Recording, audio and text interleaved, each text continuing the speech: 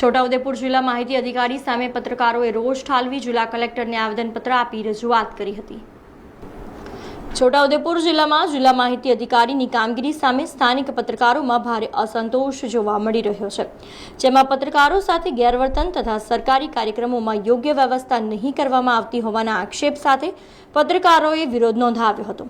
મળતી માહિતી મુજબ સરકારી કાર્યક્રમોમાં પત્રકારોને પાસ આપવામાં મુશ્કેલી ઊભી કરવી, બેસવાની તેમજ આવશ્યક સુવિધાઓમાં અવરોધ ઊભા કરવા સહિતની બાબતોને લઈને પત્રકારો લાંબા સમયથી નારાજ હતા।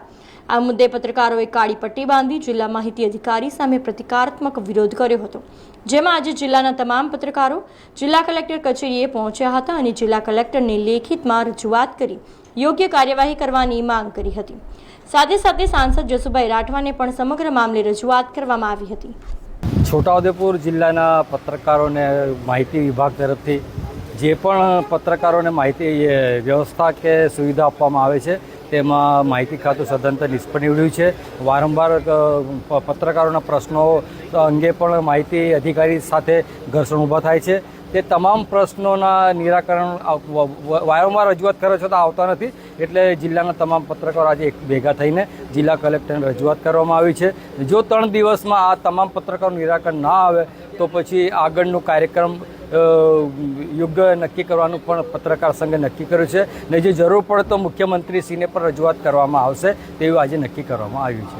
આજરોજ છોટાઉદેપુર જિલ્લાના પત્રકારો દ્વારા માહિતી અધિકારી દ્વારા જે કનડગત કરવામાં આવે છે, વારંવાર ઇન્સલ્ટ કરવામાં આવે છે અને કોઈપણ ઇવેન્ટ હોય કે ચૂંટણી પ્રક્રિયા હોય તે દરમિયાન પત્રકારોને અડચણરૂપ બને અને તંત્ર સાથે ઘર્ષણ થાય તે રીતનું જે પ્રયત્ન કરવામાં આવી રહ્યો છે, વાતાવરણ ઊભું કરવામાં આવે છે, તેને લઈને કંટાળી અને છોટાઉદેપુર જિલ્લાના પત્રકારો આજે એકત્ર થઈ અને એ માહિતી અધિકારી સામે કલેક્ટરને આવેદનપત્ર આપી અને 3 દિવસની અંદર મુદત આપવામાં આવી છે। 3 દિવસની અંદર એ પોતે પોતાની જે ભૂલો છે તેને સુધારી લે, નહીં તો છોટાઉદેપુર જિલ્લાના પત્રકારો આગામી દિવસોની અંદર આંદોલનરૂપી કાર્યવાહી હાથ ધરશે। અને આ બાબતે કલેક્ટરને પણ રજૂઆત લેખિતમાં કરી છે, મૌખિક પણ કરી છે। ત્યારે છોટાઉદેપુર જિલ્લાના જે સાંસદ છે, સાંસદને પણ લેખિત રજૂઆત કરી અને કાર્યવાહી માટેની માંગ કરવામાં આવી છે।